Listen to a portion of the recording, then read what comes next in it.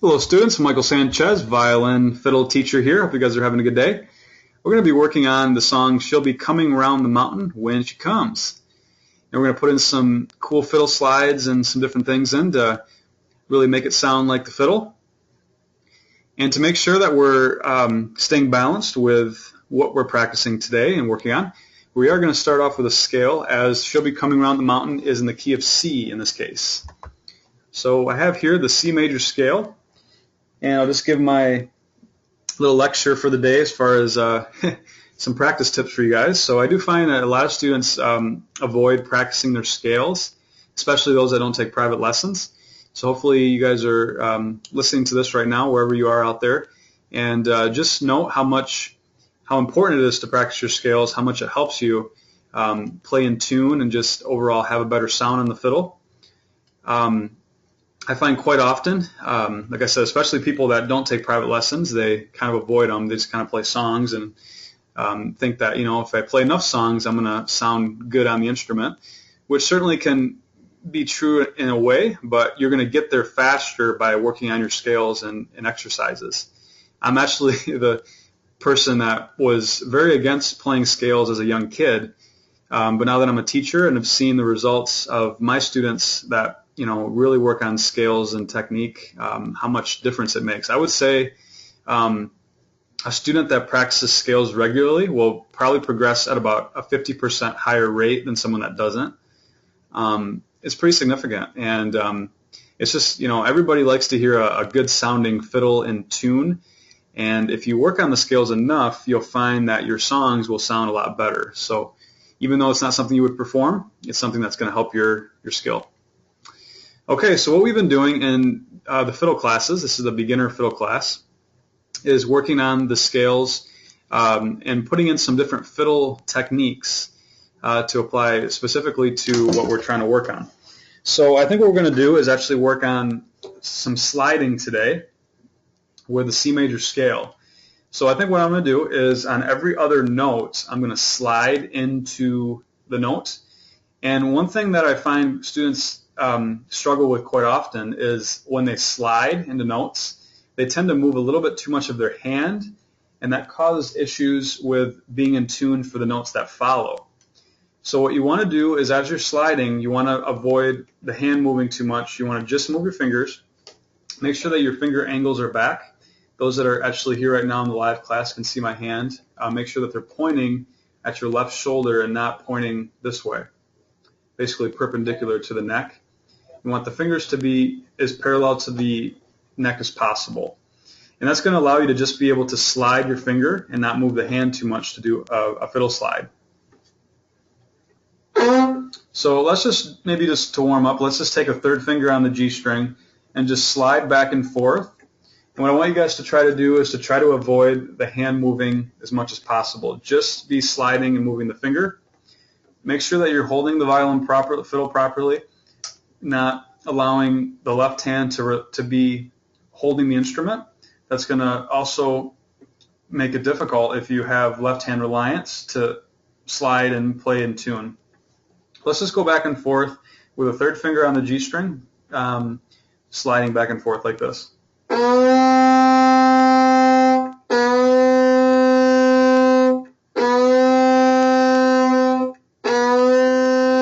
Like that. So there's very little hand pressure movement. It's all in my finger. Below my fingers, my palm moves very little, but then as far as the overall tenseness of my hand, it's very loose. You could easily just grab my hand and take it right off the instrument with no problem.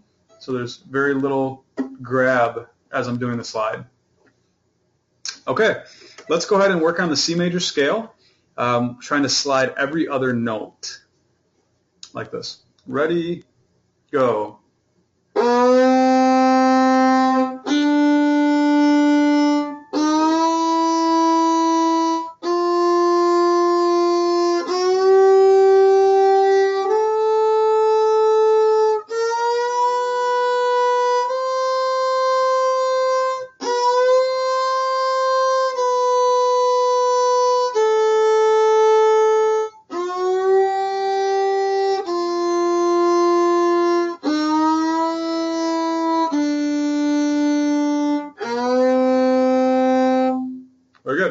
actually, because I had an open string there, I did 2 consecutive non-slides there. But you really could do it however you want to. I could have actually done a 4th finger slide there. I could have done. So that would be good practice as well. So you can really do it a number of different ways. Okay, let's try the arpeggio that follows there with all slides. Let's see how we do with that. Ready?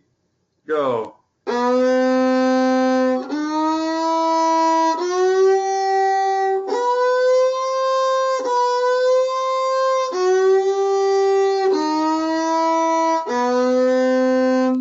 Sounds pretty homegrown, bluegrassy, hillbilly. All right. You could even do it with the thirds. You could see if you could do every other note, maybe like this.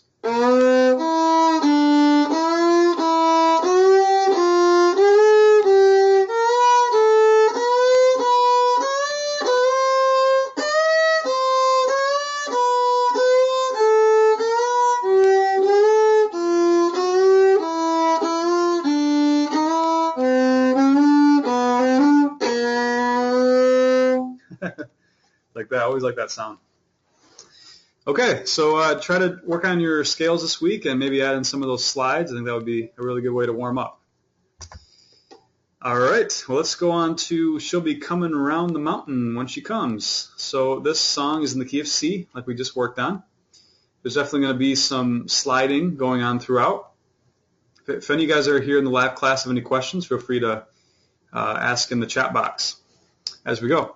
Okay, so I think what I'll do is I'll just play it through without any sort of sliding or fiddle techniques, just so you guys can kind of learn it, the bass notes. It's always the most important thing to learn the notes first before moving on to more challenging stuff. So let's just play it maybe a moderate speed with no fiddle techniques. Ready, go.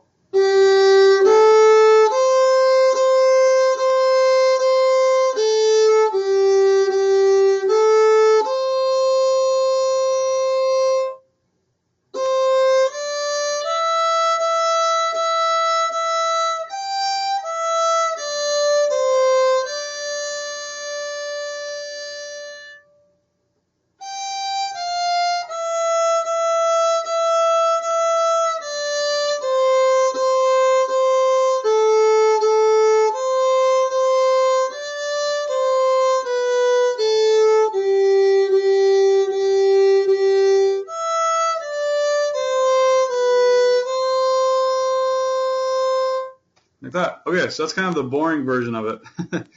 Definitely a lot that we can do in there. We can put in some different note additions. We can slide into stuff. We can even speed it up to make it sound a little bit more. Let me just kind of play it the way I would want to play it, just to maybe inspire you guys and kind of see what we're going towards.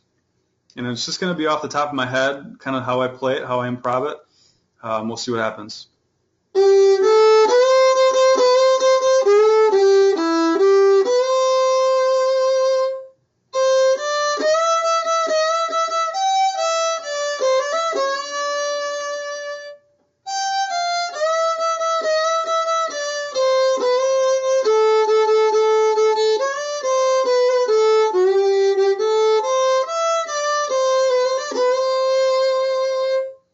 All right, so right there I changed up a lot of stuff, added in some grace notes, some turns, added in some rhythms, a whole bunch of things. So raise your hand if you guys want to learn it similar to that, maybe not exactly like that.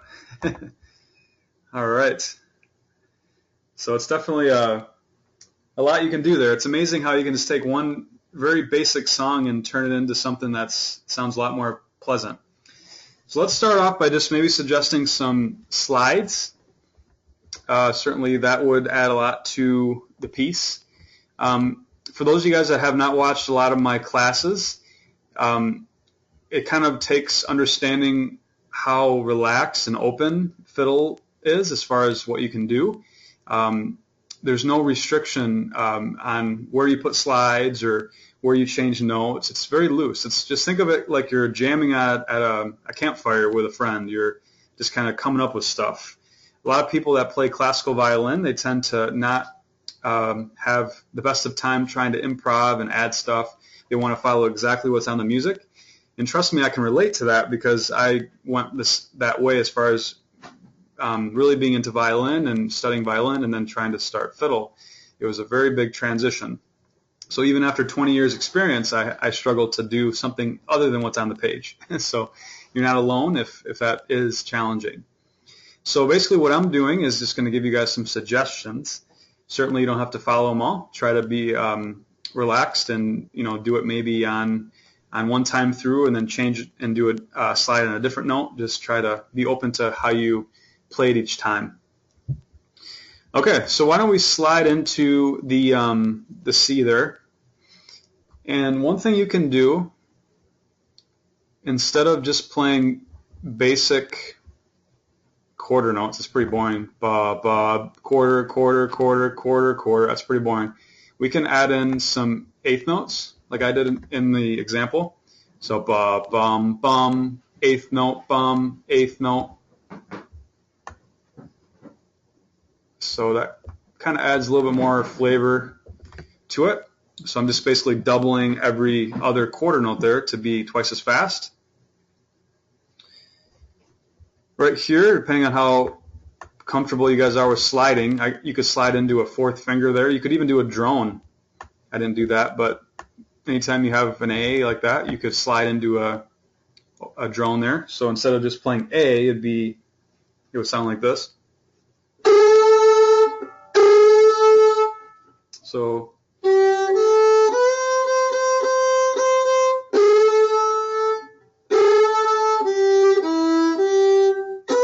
like that. So that's something you could do. Just doing the slide would be fine. I also slid this note. I didn't write that one in.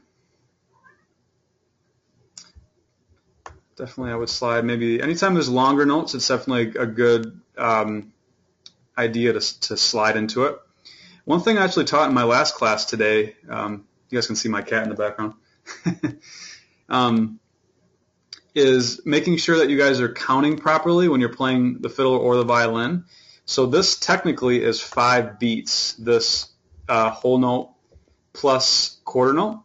When there's a slur into the same note, these two notes are the same. They're both C's. When they're slurred together, that's called a tie. And basically what you do is you just combine the values, the lengths of time of the notes, and just add them together. So 4 plus 1 is 5. So that's actually a 5-beat note. So make sure that you guys are counting that properly. You could be using a metronome or just tapping your foot. That easily could be cut short. So that's 5 beats. Okay, next part. Well, I didn't do this earlier. Remember I told you that we can always change stuff and do different things. Let's do a little grace note right here. Right there. Let's put in the D grace note right here. So for those of you guys that don't know, that are more beginners to fiddling, the grace note is just basically a little blip note that's added right before the bass note. That just makes it sound a little bit more fiddly. So instead of playing this C, D, E, it'd be C, D, D, E, D, E. Like that. Like that. So one other suggestion, maybe for some of you guys who are a little bit more advanced, you could do like a slide drone into that. That would sound kind of cool. You can go.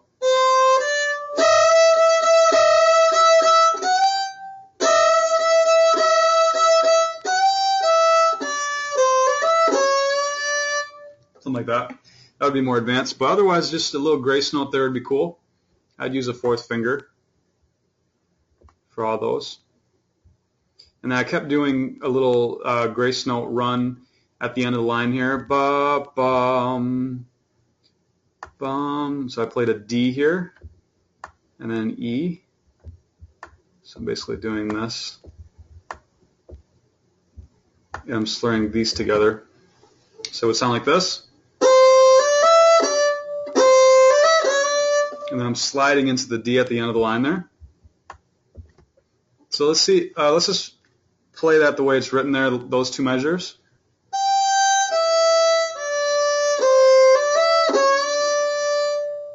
Do it again.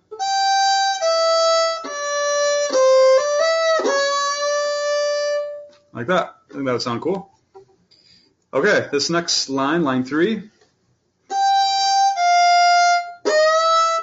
make sure that you're getting the first finger low enough. This isn't really improv, but this is an F natural low 1 on the E string, so make sure you guys are getting that in tune. You could actually even eighth note it. You could double it up, play 2 of them. So it would be like that. And then why not? Let's do a 4th finger slide.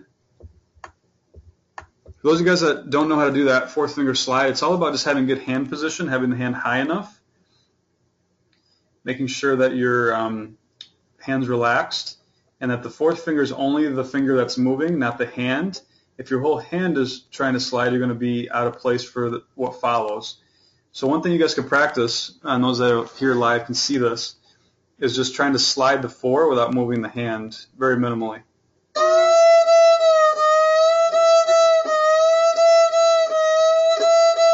So there's not any sort of hand movement there. That might be tricky for some of you, though. You're probably relying and pressing too hard with the 4. Raise your hand if you press too hard with the 4. That's probably about, I'd guess, 75% of you. All right. Well, look at that. I'd say 80%. Okay. All right. 3rd line. So we have. That's just boring with the 4 quarter notes. So I'm going to do pa pa pa pa bump. I'm going to do 8th notes here.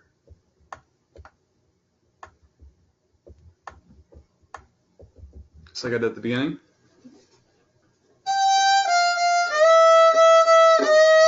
Maybe slide there.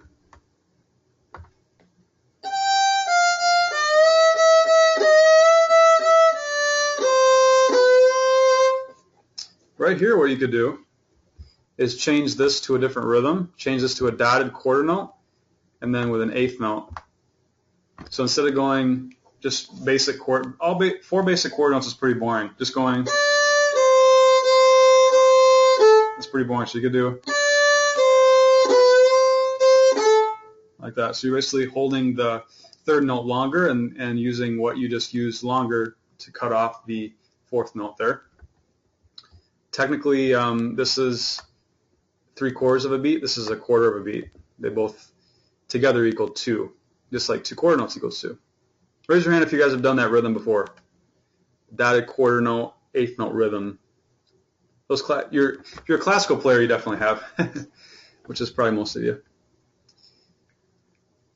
Okay, you can probably slide into this note. And I actually play it differently or hear it different in my head.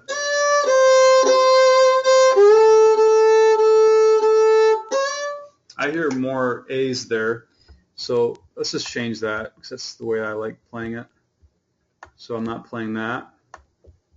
I'm basically playing 2 A's here.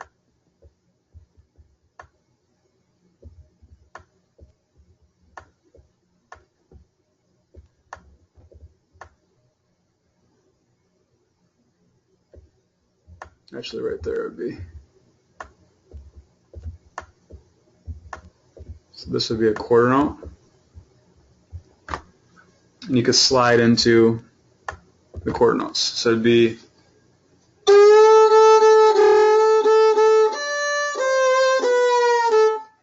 I don't know if I did this earlier, but you could down slide into the A there. So down sliding is basically where you take the note pitch and you slide down towards the bottom of the instrument.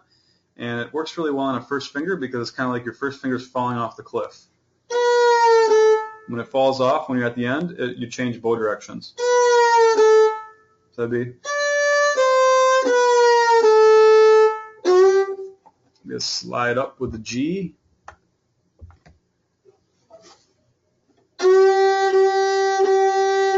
That's pretty boring.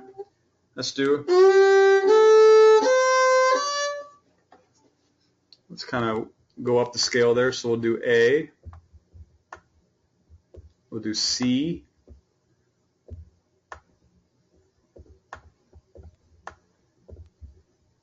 And then D would be, I think, a good walk up. There we're kind of improvising to the piece there. Could do a drone even there with the 4, slide into it. And then what I did earlier is I did kind of a little run again at the end. Ba, bum, bum, D. So doing some grace notes here. And slide. So let me play the last line.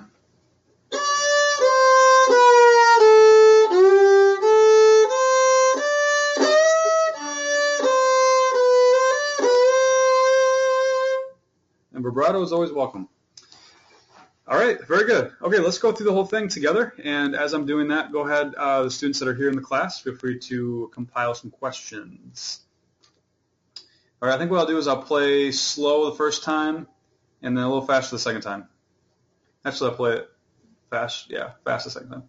Ready, set, go.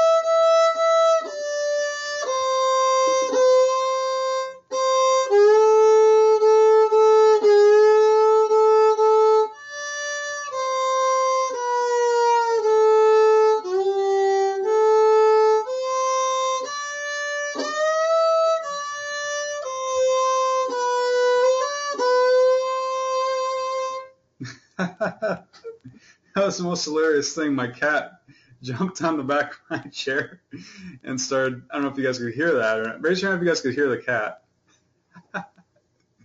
She decided to scream her tune or her version. I thought that was funny. Okay, all right, let's play through it now faster. All right, ready, go.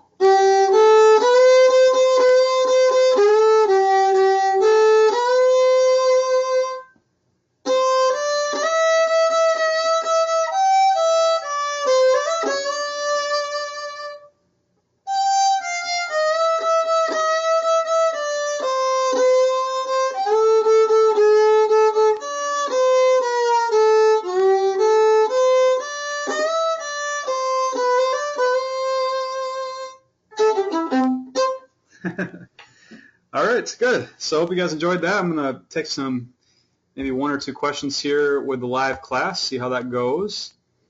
And feel free for anybody else that's here to ask any other questions. So let's see. Gloria asks, how can I print the song?